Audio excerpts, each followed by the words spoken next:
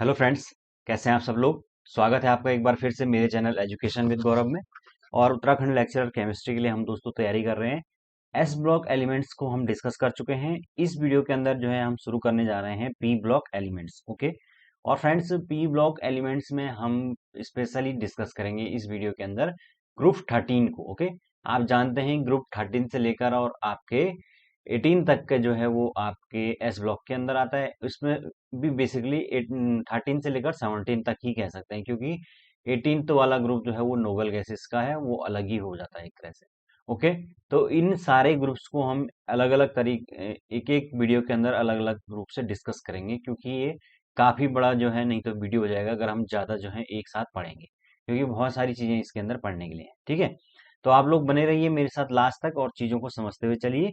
और थोड़ा वीडियो जो है वो डिले हो रहा है, इसके लिए मैं माफी चाहता हूँ। ठीक है। तो चलिए दोस्तों, शुरू करते हैं हमारा आज का वीडियो। तो फ्रेंड्स, आज जैसे मैंने बात की, हम बात करने वाले हैं पी ब्लॉक एलिमेंट्स, जो कि कहाँ से कहाँ तक हैं। ग्रुप 13 से लेकर ग्रुप 18 तक जो एलिमेंट्स हैं वो पी ब्लॉक एलिमेंट्स के अंदर आते हैं। ओके। तो चलिए शुरू करते हैं। नाउ हम बात सबसे पहले हम बात करेंगे इसमें ग्रुप 13 के एलिमेंट्स की, जिसको कहा जाता है बोरोन फैमिली। ओके। तो दोस्तों इसके अंदर क्या है देखते हैं। सबसे पहले बात वही होगी जो पहले हमने एस ब्लॉक के अंदर भी देखा था, कि इलेक्ट्रॉनिक कॉन्फ़िगरेशन की सबसे पहले बात होती है। The electronic configuration is NS2 NP1। तो ये एक जनरल इलेक्ट्रॉनिक कॉन्फ़िगरेशन है कि जो आउटर मोस्ट इलेक्ट्रॉन्स ऑर्बिटल्स है उसमें NS2 और NP1 इलेक्ट्रॉन्स होंगे, यानी कि S के अंदर दो और NP1 जो ऑर्बिटल होगा उसके अंदर एक इलेक्ट्रॉन होगा। ये कॉमन होगा सभी के अंदर। The boron and aluminum have noble gas cores, while gallium indium have an additional 10d electrons as they follow immediate after a row of 10 transition elements. तो आप जब इलेक्ट्रॉनिक कॉन्फ़िगरेशन को देखेंगे तो वहां पर हमें एक चीज देखने को मिलेगी कि जो लोअर एलिमेंट्स हैं, जैसे सबसे ऊपर हैं आपके बोरोन और एल्यूमिनियम, इनमें तो केवल दो ही ऑर्बिटल हैं, एस और पी। जब हम उससे नीचे गैलियम और इंडियम पे आते हैं तो वहां पर आपको 10d इलेक्ट्रॉन्स भी मिल जाते हैं, क्योंकि ये जो गैलियम है ये तुरंत किसके बाद आते हैं, आपके ट्रांजिशन एलिमेंट्स के बाद आते हैं, ये दोनों ही गैलियम और इंडियम। वाइल जब हम उससे नीचे आएंगे थैलियम पर, the thallium occurs after lanthanide, so has an additional 14f electrons and in its core apart from 6p electrons and 10d electrons। सो यहाँ पर इस तरीके से कुछ हो जाएगा। बोरोन से लेकर और एल्यूमिनियम थैलियम तक बढ़ने पर आप देख सकते हैं कि जो बोरोन और एल्यूमिनियम है यहाँ पर केवल दो ही आपके ऑर्बिटल्स हैं, लेकिन यहाँ पर एडिशनल गैलियम और इंडियम में इसके 10d जो है और इलेक्ट्रॉन्स यहाँ पर आ जाते हैं, और 4f जो है वो उसके 14 इलेक्ट्रॉन आ जाते हैं थैलियम के अंदर। ओके। ऑक्सीडेशन स्टेट भी यहाँ पर मेंशन की गई, हालांकि ये हम आगे भी देखेंगे। तो इसमें देखिए आप, ये 3 3 3 3 3 और उसके अलावा 1 1 1। तो फ्रेंड्स यहाँ पर देखिए, ये जो ये थोड़ा ये इसको बोल्ड करा हुआ है 3 and 3, क्योंकि जो ये वाले एलिमेंट्स है बोरोन और एल्यूमिनियम, इनमें ये जो 3 वाली ऑक्सीडेशन स्टेट है ये ज्यादा स्टेबल है। वाइल जब हम नीचे आते हैं गैलियम इंडियम और थैलियम, इनमें जो है प्लस जो वो 1 वाली है +1, ये ज्यादा स्टेबल है। तो ये क्यों है ये हम आगे डिस्कस करेंगे। ओके। आगे बढ़ते हैं। नेक्स्ट देखिए, नेक्स्ट जो इंपॉर्टेंट चीज होती है वो है एटॉमिक रेडियाई। ठीक है, परमाणु त्रिज्या। तो इसके अंदर भी आप देख सकते हैं कि जब हम डाउन द ग्रुप जाते हैं यहाँ पर बोरोन से और इंडियम थैलियम की तरफ, तो एटॉमिक जो रेडियाई है उसके अंदर एक इंक्रीज देखने को मिलता है। ओके। ये इंक्रीज जो है वो चलता रहता है लगातार, लेकिन इसके अंदर भी एक खास बात देखने की है कि जब पहले के जो दो एलिमेंट है इनमें काफी बड़ा गैप देखने को मिलता है। यहाँ पर 88 था, यहाँ पर 143 हो गया। वाइल उसके बाद जो है थोड़ा सा जो है डिक्रीज देखने को मिला। सो एकदम एक रेगुलर ट्रेंड नहीं देखने को मिलता है। एक कमी है गैलियम के अंदर देखने को मिली, उसके बाद फिर वही जो यूजुअल ट्रेंड है आपका बढ़ता हुआ क्रम, लेकिन उसमें भी उतना ज्यादा गैप नहीं है ना। तो यहाँ पर देख सकते हैं आपकी जो इसका आयनिक रेडियस के, अगर आयन को देखें, मेटल के आयन को, उसमें भी जो है आपके मेट जो आयनिक रेडियस है वो फर्स्ट और सेकंड में ऑलमोस्ट डबल हो जाती है। ओके। और इसका जो कारण है वो क्या है, साइज ऑफ एटम में बहुत ज्यादा अंतर होना दोनों के बीच में। ठीक है, देखिए आप, the large difference in size between boron and aluminium result in many differences in properties. So ये जो लार्ज डिफरेंस इनके बीच में होता है, पहले दो एलिमेंट्स के बीच में, ये इनकी कई प्रॉपर्टीज के अंदर चेंज भी ले आता है। Okay, thus boron boron is a non-metal, has higher melting point, forms acid oxide. In contrast, aluminum is a metal, has a much lower melting point and forms an amphoteric oxide. तो देखिए properties के अंदर कितना ज्यादा change आ जाता है, जहां पर बोरॉन जो है एक नॉन मेटल है, और वहीं उसके अगला ही जो एलिमेंट है वो अच्छा खासा एक मेटल है, एल्यूमिनियम, जो कि एक लोअर मेल्टिंग पॉइंट शो करता है, और यहाँ पर वो एक एम्फोटेरिक ऑक्साइड बनाता है। एम्फोटेरिक यानी कि जो बेस और एसिड दोनों की भांति व्यवहार करे उस प्रकार के ऑक्साइड से बनाता है एम्फोटेरिक, वाइल ये जो है एसिडिक ऑक्साइड फॉर्म करता है बोरॉन।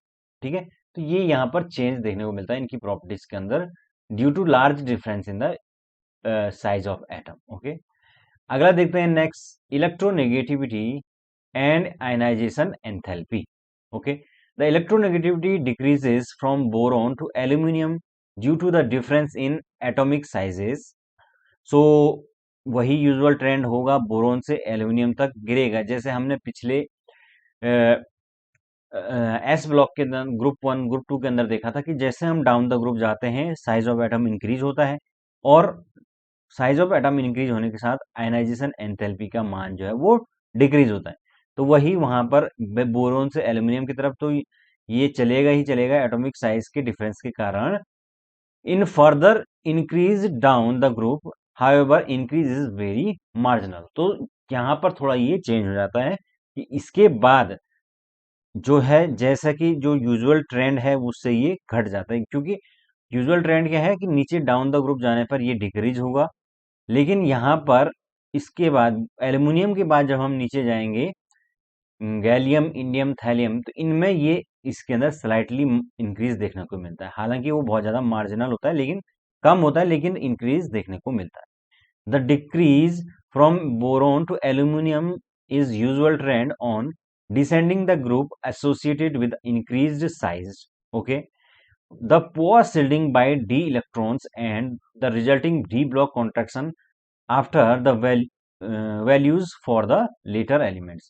So basically ये जो नीचे वाले later elements हैं इनके लिए जो वैल्यू यहाँ पर देखिए आप, फर्स्ट जो आयनाइजेशन पोटेंशियल है ये इसके अंदर तो ये डिक्रीज देखने को मिला है, और ऑब्वियसली डिक्रीज देखने को मिलेगा क्योंकि जो साइज ऑफ एटम है वो अचानक से अगर बड़ा हो जाए तो जो आउटर इलेक्ट्रॉन है उनको निकालना आसान हो जाएगा, तो जो इलेक्ट्रोड पोटेंशियल है उसके अंदर कमी देखने को मिलेगी। लेकिन उसके बाद ये स्लाइटली इंक्रीज ये है, ये कैसे बढ़ गया, इसका जो कारण है दोस्तों वो है आपका poor shielding effect, poor shielding effect of D block elements.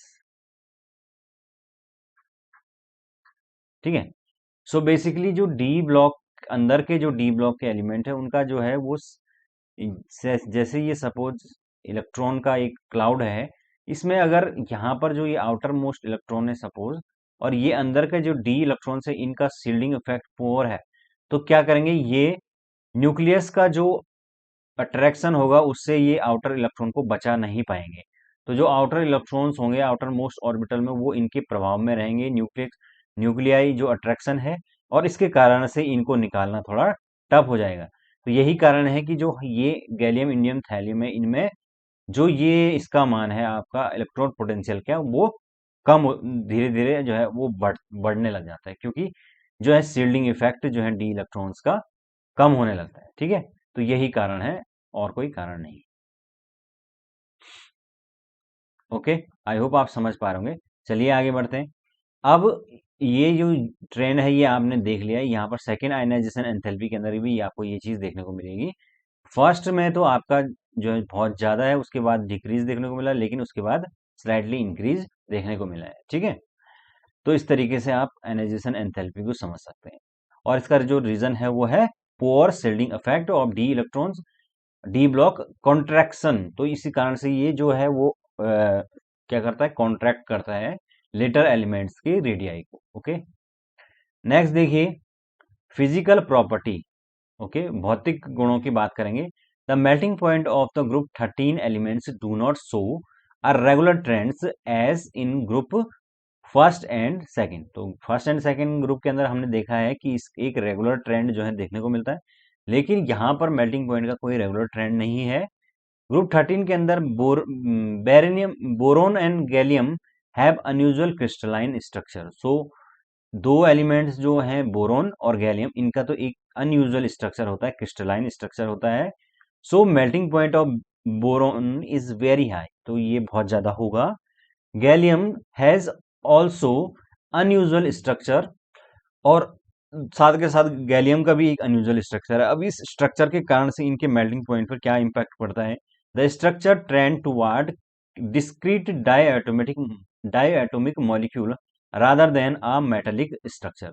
सो जब हम इसकी स्ट्रक्चर की बात करते हैं गैलियम की, तो ये फॉलो करता है एक डायएटोमिक मॉलिक्यूलर स्ट्रक्चर बजाय कि एक मेटालिक स्ट्रक्चर के। अब जब इस प्रकार का स्ट्रक्चर होगा तो इसका जो मेल्टिंग पॉइंट है वो डाउन हो जाएगा। So this is account on incredibly low melting point of gallium 30 degree Celsius.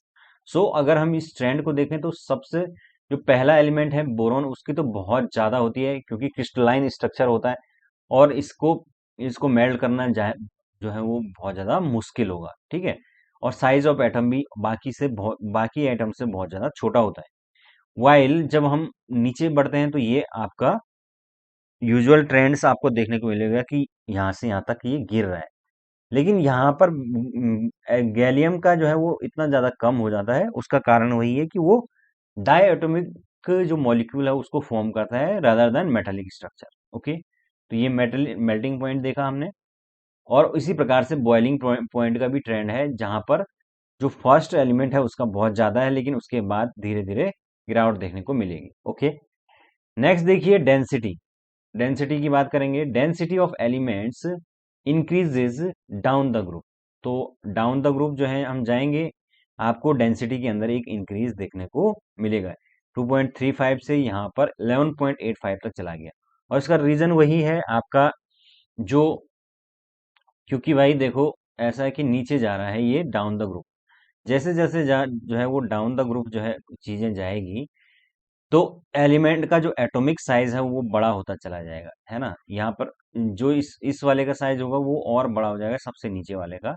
और जब जितना बड़ा साइज होगा इलेक्ट्रॉन्स जो हैं उतने ज्यादा होंगे, क्योंकि नंबर ऑफ जो एटॉमिक नंबर है वो बढ़ जाएगा, और उसके कारण से इलेक्ट्रॉन की जो डेंसिटी है वो इंक्रीज हो जाएगी। इसीलिए जो है नीचे ऊपर से नीचे आने पर ये इंक्रीज देखने को मिल रहा है डेंसिटी के अंदर। ओके, और ये सब 298 केल्विन यानी कि आपका स्टैंडर्ड जो टेम्परेचर है उस पर चेक की गई है। ओके, एक्सपेरिमेंटली डिटरमाइंड होती है। ओके, आगे बढ़ते हैं। नेक्स्ट केमिकल प्रॉपर्टीज, यानी कि रासायनिक गुणों की बात करेंगे। सबसे पहले हम बात करेंगे आपका oxidation state. In group 13 we would expect the elements to be trivalent.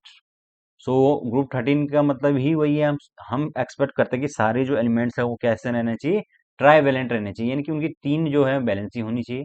In most of their compounds this is case, but some of elements show lower valency state as well. So हमने पहले भी देखा है कि जो अब हम कुछ एलिमेंट्स इस प्रकार के देखते हैं जो कि +1 स्टेबल बैलेंसी ऑक्सीडेशन स्टेट में ज्यादा स्टेबल है, लोअर बैलेंसी में ज्यादा स्टेबल है।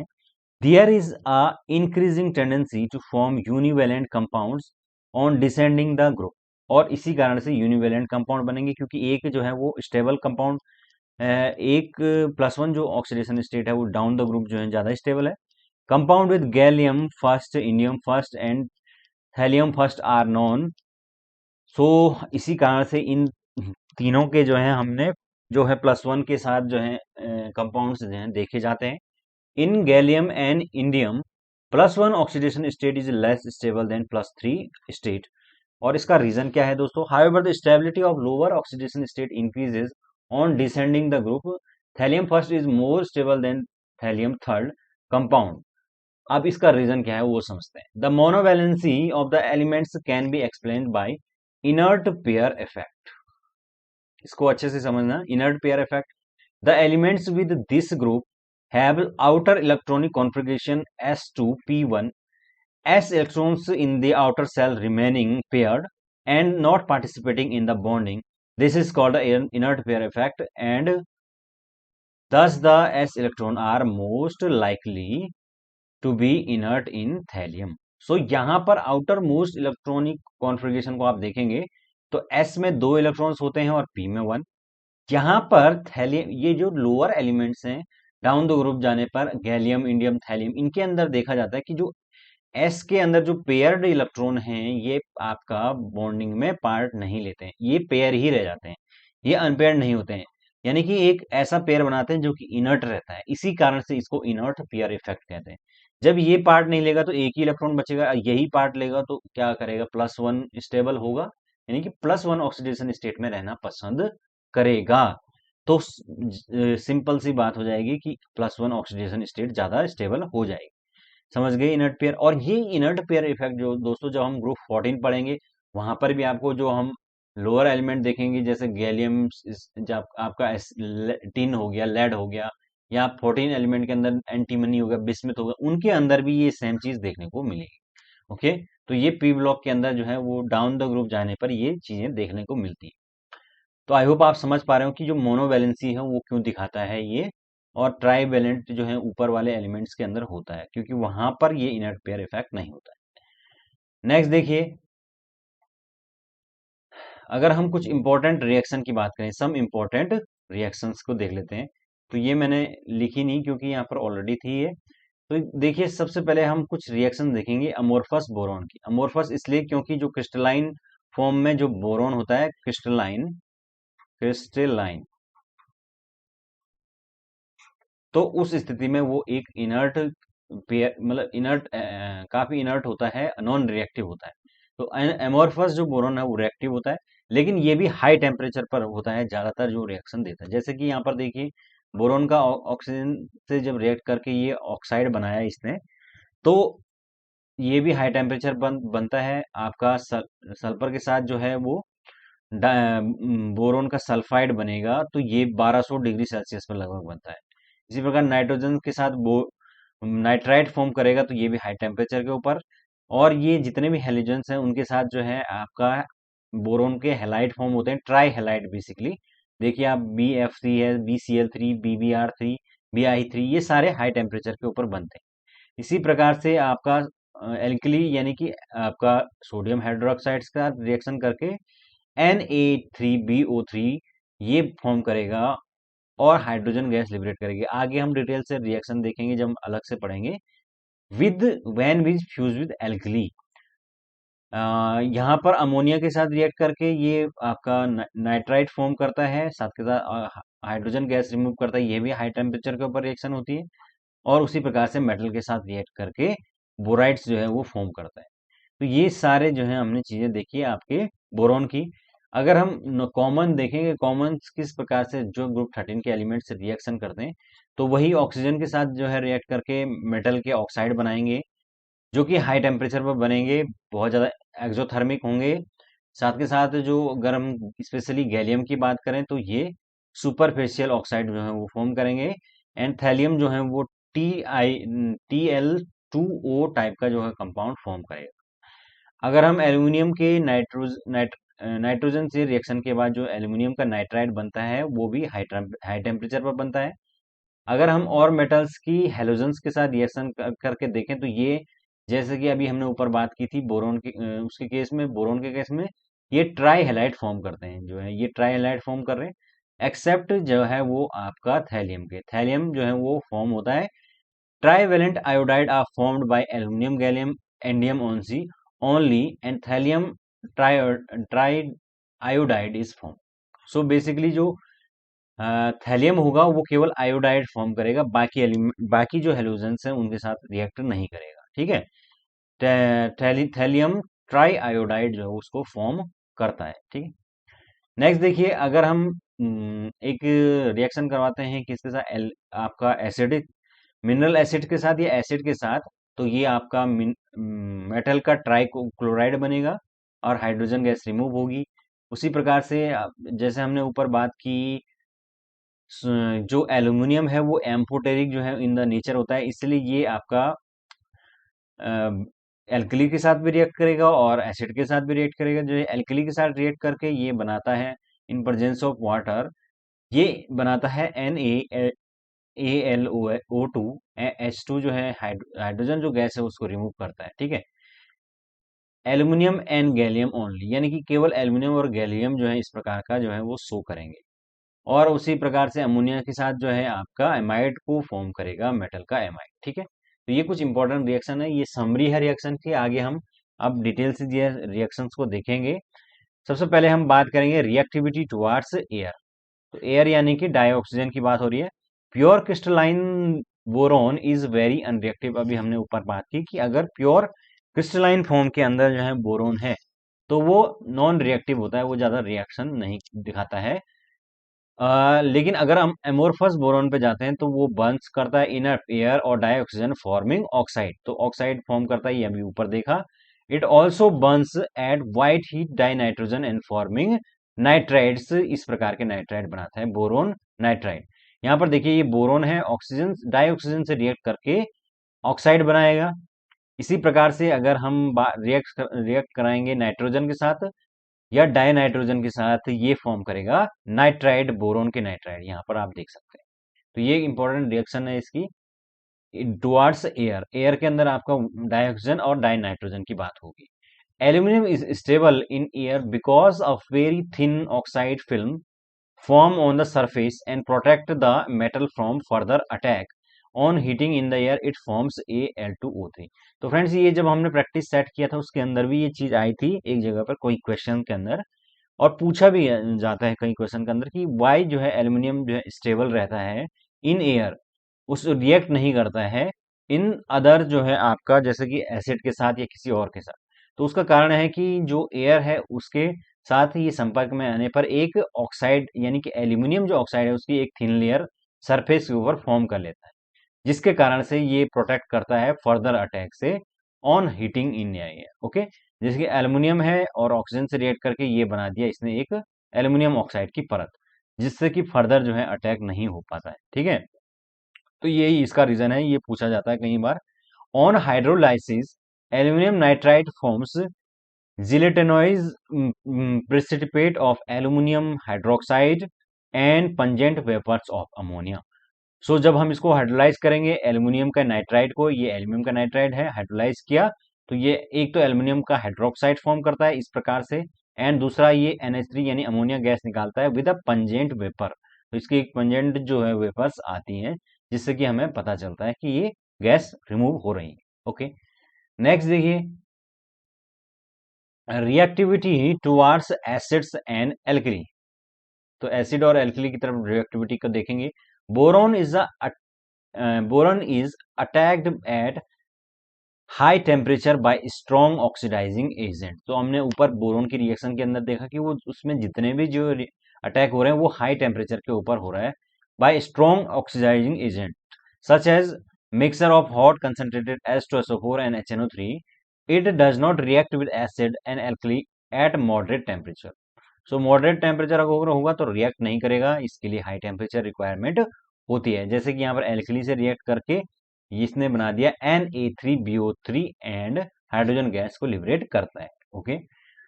नेक्स्ट देखिए aluminium also dissolve in aqueous NaOH liberating hydrogen and forming एल्यूमिनाइट्स।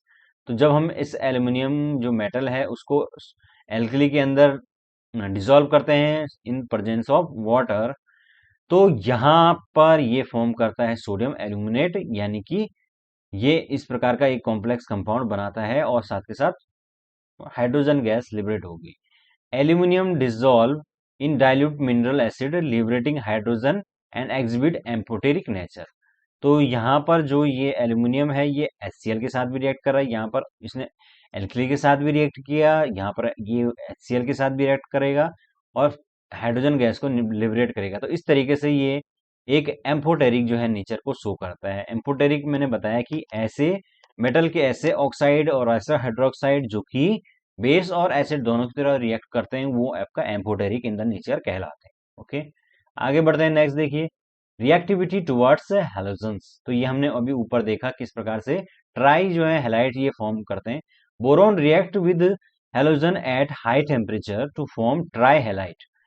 Aluminium react with halogens quite readily, जहां पर एल्यूमिनियम सबसे ज्यादा जो है रेडिली रिएक्ट करेगा, ऑल्दो हाई टेम्परेचर की रिक्वायरमेंट होगी। वहीं जो गैलियम इंडियम और थैलियम होंगे वो आपके जेंटल वार्मिंग पर ही जो है ट्राई हैलाइड्स को फॉर्म करेंगे, एक्सेप्ट टी एल आई 3, है ना, यानी कि थैलियम का जो आयोडाइड है उसके उसको छोड़ दिया जाए, बाकी उसके अलावा जेंटल वार्मिंग पर ही ये फॉर्म होंगे। यहाँ पर देखिए आप, मेटल है और डाई जो है हैलाइड से जो है, जब हमने हेलोजन से डाई हेलोजन से रिएक्शन कराएगा तो ये मेटल के ट्राई हैलाइड जो है वो फॉर्म होंगे, MX3 टाइप के जो हैलाइड्स फॉर्म होंगे, जहां पर एक्स जो है कोई भी हेलोजन हो सकता है, फ्लोरीन, क्लोरीन, ब्रोमीन, आयोडीन में से। ओके, तो ये कुछ इंपॉर्टेंट रिएक्शंस हैं इसकी।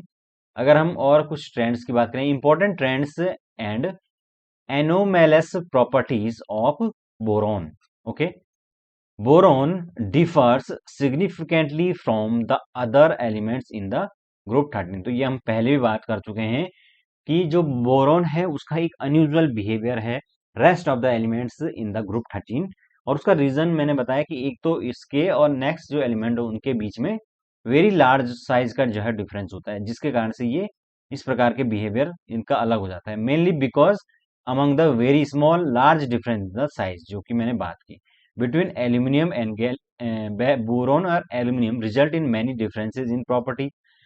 जहां पर बी जो बोरोन है वो एक नॉन मेटल हो जाता है and has very high melting point. Non metal तो है ही, साथ के साथ हाई मेल्टिंग पॉइंट है, वाइल हमेशा क्या करेगा, कोवेलेंट बॉन्ड को फॉर्म करेगा। ओके, जहां पर हम आगे बात करें और कि एसिडिक की ऑक्साइड फॉर्म करेगा। इन कॉन्ट्रास्ट एल्यूमिनियम की बात करें, वो एक मेटल है, वो हमेशा लोअर मेल्टिंग पॉइंट शो करेगा, एम्फोटेरिक इन द नेचर होता है। ठीक है, तो ये इनके अंदर अंतर देखने को मिलते हैं। अगर हम कुछ इंपॉर्टेंट कंपैरिजंस को देखें तीनों के बीच में, कि आखिर बोरोन, एल्यूमिनियम और जो रेस्ट ऑफ द एलिमेंट्स है गैलियम, इंडियम और थैलियम, इनके बीच में क्या चीज देखने को मिलती है। सबसे पहले फॉर्म्स नो सिंपल B3, जो कैटायन है उसको फॉर्म नहीं करता है। अगर हम एल्यूमिनियम की बात करें तो ये इलेक्ट्रोपॉजिटिव है और रेडिली फॉर्म करता है Al3 पॉजिटिव। आपने देखा होगा एल्यूमिनियम के जो 3 पॉजिटिव वाले जो एलिमेंट कई जो है कंपाउंड्स के अंदर इस प्रकार से देखने को मिल जाता है। गैलियम, इंडियम और थैलियम जो है इसके साथ भी वो आसानी से रेडिली फॉर्म करता है M3 पॉजिटिव इन सॉल्यूशन के अंदर। अगर हम नेक्स्ट बात करें एक्सक्लूसिवली फॉर्म कोवेलेंट कंपाउंड, तो अभी हमने बात की जो बोरोन है वो कोवेलेंट कंपाउंड फॉर्म करेगा। वही वाइल एल्यूमिनियम की बात करें, so a greater metallic character than boron and forms great number of ionic compounds, तो ये आयनिक कंपाउंड्स को फॉर्म करेगा। So increase metallic character and forms compound characteristic of metals, तो ये भी समथिंग मेटल जो है लाइक जो है कंपाउंड्स को फॉर्म करेगा। Obey the octet rule, so maximum covalency of 4। तो आपने देखा होगा कि जो बोरोन है वो मैक्सिमम 4 जो है वो कोवेलेंसी ही शो करता है, पूरा ऑक्टेट रूल को फॉलो करता है। जबकि एल्यूमिनियम की जो अगर हम बात करें तो यहाँ पर 6 से और या उससे भी ज्यादा जो है आपकी कोऑर्डिनेशन नंबर देखी जा सकती है। For the lower oxidation state +1 become more stable specially in thallium and lower valent compound are form. तो ये हमने ऊपर भी देखा कि गैलियम, इंडियम, थैलियम के अंदर आपका +1 जो ऑक्सीडेशन स्टेट है वो ज्यादा स्टेबल हो रही है, जिसके कारण से मोनोवैलेंट एटम या लोअर वैलेंट जो कंपाउंड्स हैं ये इनको फॉर्म करेंगे। Forms trivalent compound that act as a Lewis acid and from adduct with Lewis bases to complete their octet। ठीक है, forms trivalent halides that dimerize to complete their octet by buzzing through halogen atoms। सो यहाँ पर जो trivalent जो halide form होंगे वो अपने आप को डायमराइज करेंगे, यानी डायमर की फॉर्म में एग्जिस्ट करेंगे ताकि वो अपने ऑक्टेट को कंप्लीट कर पाए। एंड इसके अंदर जो है मोनोवेलेंट एटम जो है वो फॉर्म होंगे, ये अभी हमने बात की। Nature of covalent bond become weaker, तो यहां पर जो कोवेलेंट बॉन्ड बनेंगे उनके नेचर वीकर होगा। Form acidic oxide and hydroxide BOH3। तो बोथ ऑक्साइड और हाइड्रोक्साइड फॉर्म करेगा। Form oxide aluminium oxide and hydroxide that are amphoteric in nature. तो यहाँ पर एल्यूमिनियम की खास बात है कि एम्फोटेरिक इन नेचर के जो है ऑक्साइड और हाइड्रोक्साइड ये फॉर्म करेगा। Oxide and hydroxide of gallium are amphoteric while that in indium and thallium are basic. Okay, तो यहाँ पर ये अंतर हो जाएगा कि जो गैलियम सॉरी जो इंडियम और थैलियम है उसके जो ऑक्साइड हैं that are basic in nature, केवल गैलियम का जो है एम्फोटेरिक इन द नेचर होगा। एम्फोटेरिक आपको मैंने पहले ही बता दिया कि ऐसे ऑक्साइड और हाइड्रोक्साइड जो कि आपके बोथ एसिड और बेसिक दोनों की प्रॉपर्टी शो करते हैं, एम्फोटेरिक इन द नेचर होते हैं। Forms covalent halide that are easily hydrolysed. तो ये इस प्रकार के हैलाइड फॉर्म करेंगे जो आसानी से हाइड्रोलाइज हो जाएंगे। Form solid halides that are only partially hydrolyse, बहुत कम मात्रा में हाइड्रोलाइज होंगे। And form form halide except thallium trihalide which are aggregated in a solid state through halide ion bridging and have coordination number 4, 6 और higher। तो इसके इस प्रकार के हैलाइड्स फॉर्म होंगे एक्सेप्ट थैलियम के ट्राइहैलाइड को छोड़ देना। Form stable hydride ion BH4 negative. Form ionic anionic hydride AlH4 negative which is more reactive than BH4 negative। And gallium forms only hydride with gallium H4 negative. तो यहाँ पर केवल gallium ही एकमात्र जो है हाइड्राइड फॉर्म करेगा। Okay, तो ये कुछ इंपॉर्टेंट कंपैरिजंस थे इनके बीच में, हमने देख लिए। आगे बढ़ते हैं। नेक्स्ट देखिए, अब हम बात करेंगे दोस्तों some important compounds of boron. Boron के कुछ महत्वपूर्ण कंपाउंड्स। सबसे पहले बात करेंगे बोरैक्स। बोरैक्स यानी कि Na2B4O7 10H2O। इसको इस प्रकार से लिखते हैं या इसको OH के साथ अलग से OH ग्रुप दिखाते हुए भी लिखा जाता है। Borax made from 2 tetrahedral and 2 trigonal units join and can be written as Na2B4O5OH4 8H2O। तो इसको इस प्रकार से दिखाने का क्या मतलब होगा था, ताकि स्ट्रक्चर के अंदर हम क्लियरली 4 हाइड्रोक्साइड जो है उसको शो कर पाए। इस प्रकार का इसका स्ट्रक्चर है, ये आप देख सकते हैं यहाँ पर ये 4 हाइड्रो ऑक्साइड इसके चारों कोनों पर लगे होते हैं। ओके, इस प्रकार से इसका कुछ स्ट्रक्चर होता है। On heating borax first loses the water molecules and then turns into a transparent liquid which solidified to form a borax bead. तो बेसिकली यहाँ पर जब हम इसको हीट करेंगे तो इसका जो वाटर है ये हट जाएगा, यानी कि इसका डिहाइड्रेशन हो जाएगा। ओके, और ये कुछ इस प्रकार से चेंज होगा, Na2B4O7 मात्र रह जाएगा। अगेन जब इससे ज्यादा हीट करेंगे तो ये सोडियम मेटाबोरेट के अंदर चेंज होगा, Na2B2O कहते हैं इसको, सोडियम मेटाबोरेट, और साथ के साथ बनेगा बोरिक एनहाइड्रेट B2O3। B2O3 जो बेरिक एनहाइड्रेट है उसको बोरैक्स बैट के नाम से भी जाना जाता है। ठीक है, तो ये इसके अंदर फॉर्म होता है B2O3, ये बात याद रखना। नेक्स्ट देखिए, when this heated with copper oxide, जो बोरैक्स बेड बना है इसको जब हम कॉपर ऑक्साइड के साथ फ्लेम करेंगे, impart blue colour to the flames due to the information of cupric metaborate. तो अगेन ये आगे रिएक्ट करके आपका कुछ इस प्रकार से जो कॉपर ऑक्साइड है इससे रिएक्ट करेगा, ये जो अभी सेकेंड जो कंपाउंड फॉर्म होता है B2O3 बोरैक्स बेड, और यहाँ पर इसने कॉपर का जो है आपका मेटाबोरेट फॉर्म किया है जो कि ब्लू कलर का फ्लेम शो करता है। इससे ये पता चलता है कि ये फॉर्म हुआ है। नेक्स्ट देखिए, अगेन अगर हम अगले कंपाउंड की बात करें तो बोरिक एसिड जो है एक इंपॉर्टेंट कंपाउंड है जिसको ऑर्थो बोरिक एसिड के नाम से भी जाना जाता है।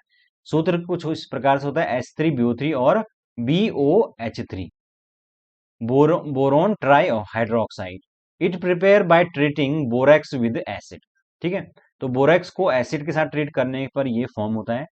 अगर हम कुछ रिएक्शन की बात करें तो देखिए ये है आपका जो प्रीवियस हमने कंपाउंड देखा था, उसी से जो है HCl की जो है रिएक्शन करवाते हैं और NaCl और H3BO3 और 5H2O फॉर्म होता है।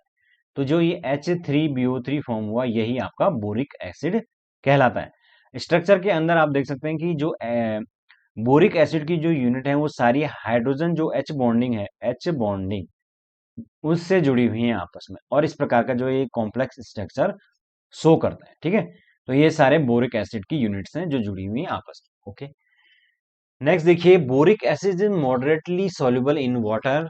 बहुत कम जो है वो सॉल्युबल होता है वाटर के अंदर, जो बोरिक एसिड है B2, जो अभी है ये फॉर्म हुआ है आपका BH3BO3। ठीक है, ये बहुत कम सॉल्युबल है वाटर के अंदर। The and behaves as a weak monobasic acid. It does not donate proton like most acid, but rather it accepts OH negative. Therefore, it is Lewis acid, not protonic acid, and is written as BOH3. तो चूंकि ये एक Lewis acid की तरह behave करता है, इसको BOH3 की तरह लिखा जाता है। अगर हम इसको हाइड्रोलाइज करवाते हैं इन वाटर, सो आप देख सकते हैं हाइड्रोनियम आयन और BOH4 नेगेटिव आयन के अंदर ये टूटता है। ठीक है, तो इस प्रकार से ये कुछ शो करता है। अगला जो इंपॉर्टेंट कंपाउंड है दोस्तों वो है डाइबोरेन B2H6। बहुत इंपॉर्टेंट है, इसके बारे में हमने क्वेश्चंस भी बहुत सारे देखे हैं। Diborane is a simplest and most studied hydride, सबसे ज्यादा स्टडी किया जाने वाला हाइड्राइड है। It may be prepared by a variety of methods. कैसे कैसे फॉर्म हो सकता है, देखिए आप NaBH4, इसकी BF3 यानी कि बोरोन ट्राइफ्लोराइड फ्लोराइड से रिएक्शन करवाने पर B2H6 और NaBF4 जो है वो फॉर्म हुआ है। इसी प्रकार से B2O3 जो हमने प्रीवियस जो फर्स्ट वाला जो कंपाउंड उसके अंदर जो प्रोडक्ट बना था उसमें देखा था B2O3 बोरेक्स बेड। तो इसकी जब हमने H2 और एल्यूमिनियम से जो है रिएक्शन करवाई तो 150 डिग्री सेल्सियस पे, तो ये चेंज हो गया आपका डाइबोरेन B2H6 के अंदर, और एल्यूमिनियम का ऑक्साइड फॉर्म हुआ। जो डाइबोरेन है दोस्तों, उसमें सबसे ज्यादा जो है क्वेश्चंस पूछे जाते हैं किसके ऊपर, स्ट्रक्चर एंड बॉन्डिंग के ऊपर। क्योंकि इसका जो स्ट्रक्चर है वो इस प्रकार से होता है, और इसके अंदर स्ट्रक्चर के अंदर खास बात क्या होती है कि जो बोरोन है यहाँ पर इसकी तो केवल आउटर मोस्ट इलेक्ट्रॉन में 3 ही इलेक्ट्रॉन होते हैं। तो ये आपका 3 तो इसने बॉन्ड बना दिए, लेकिन ये चौथा जो बॉन्ड है ये कहाँ से फॉर्म हुआ है। ऐसे ही ये बोरोन इसने 3 बना दिए, लेकिन ये चौथा किस प्रकार से फॉर्म हुआ है। सो बेसिकली इस बीच वाले जो हाइड्रोजन है इनके ऊपर क्लियरली एक एक हाइड्रोजन एक एक जो है इलेक्ट्रॉन होता है, और उसके बावजूद भी ये आपका ओवरलैपिंग कर रहे हैं। तो ये क्या कैसे होगा, और ये यहाँ पर इलेक्ट्रॉन की कमी जो है पाई जाती है, इसलिए इसको इलेक्ट्रॉन डेफिशिएंट सिस्टम कहा जाता है। ठीक है, थोड़ा थ्योरी को देख लें। The structure and bonding of diborane are great interest. There are 12 valence electrons, 3 from each boron atom and 6 from hydrogen atom. तो ये हमने देख लिया कि 12 बैलेंस इलेक्ट्रॉन है टोटल। कैसे, क्योंकि 3 जो है दोनों जो बोरोन अगल बगल लगे हुए हैं उनसे 3 3 आ जाएंगे, और बाकी 6 जो हाइड्रोजन एटम है उनसे 6 आ जाएंगे। So there is not enough valence electrons to form the conventional 2 electrons bond between all the adjacent pairs of atoms, so the compound is formed electron deficient system. So ये पूरा system एक electron deficient system कहलाता है, क्योंकि यहाँ पर आप देख सकते हैं कि जो है पूरे जो है इलेक्ट्रॉन्स कंप्लीट नहीं है, ताकि प्रत्येक जो है एटम है वो एक एक इलेक्ट्रॉन की शेयरिंग, मतलब 2 इलेक्ट्रॉन शेयर कर पाए। ठीक है, अगर इस प्रकार से है तो फिर ये कैसे बन रहा है। The electron deficiency in the diboron must be associated with bridge groups and the abnormal bonds, as the two bridge involves only one electrons. तो आपने देखा कि बीच के जो 2 हाइड्रोजन्स हैं वहां पर केवल एक एक इलेक्ट्रॉन इन्वॉल्व है फ्रॉम ईच बोरोन एटम्स, जो कि दोनों के एक एक बोरोन एटम से मिला है, and form one from each hydrogen atoms, making a total 4 electrons, and sp3 hybrid orbitals from each boron atoms overlap with one s orbital of the hydrogen. This give a delocalized molecular orbital covering all the nuclei containing one pair of the electrons and making up one of the bridges.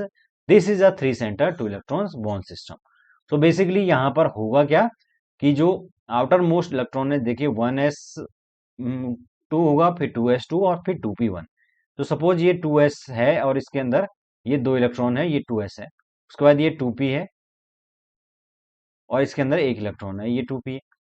In excited state there will be 1 in s electrons and 1 electron will be jump into 2p electrons.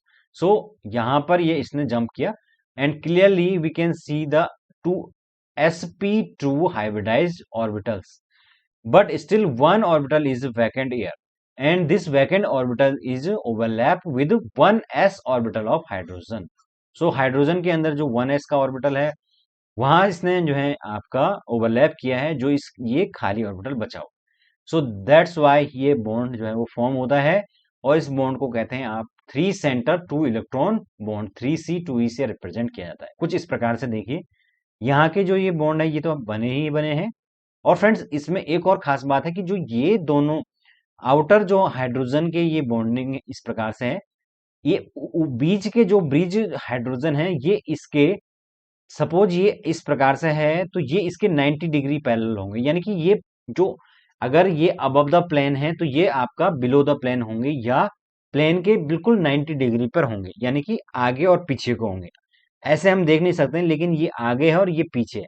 और ये clearly B के जो आपके SP जो 2 hybridise orbitals हैं वो 1s के orbitals के साथ यहाँ पर ओवरलैप किए हैं। ठीक है, इस प्रकार से ऑर्बिटल ओवरलैपिंग के थ्रू यहाँ पर मॉलिक्यूलर ऑर्बिटल फॉर्म्स होते हैं, and that's why this bonds creates and this structure can be observed by X ray diffraction methods. Okay, so यहाँ पर कुछ इस प्रकार से स्ट्रक्चर बन जाता है ऊपर वाले उसके अंदर यहाँ पर clearly.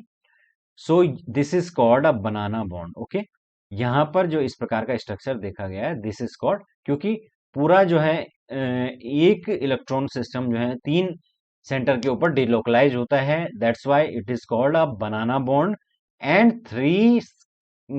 3 centre 2 electron bond system.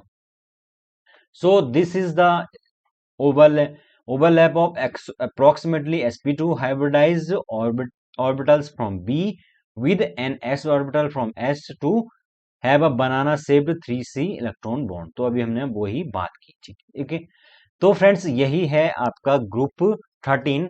इसके बारे में जितने भी इंपॉर्टेंट बातें थी वो हमने डिस्कस कर ली हैं। ठीक है, सो इस वीडियो के अंदर इतना ही, अभी के लिए इतना काफी है। Thank you so much friends, have a good day.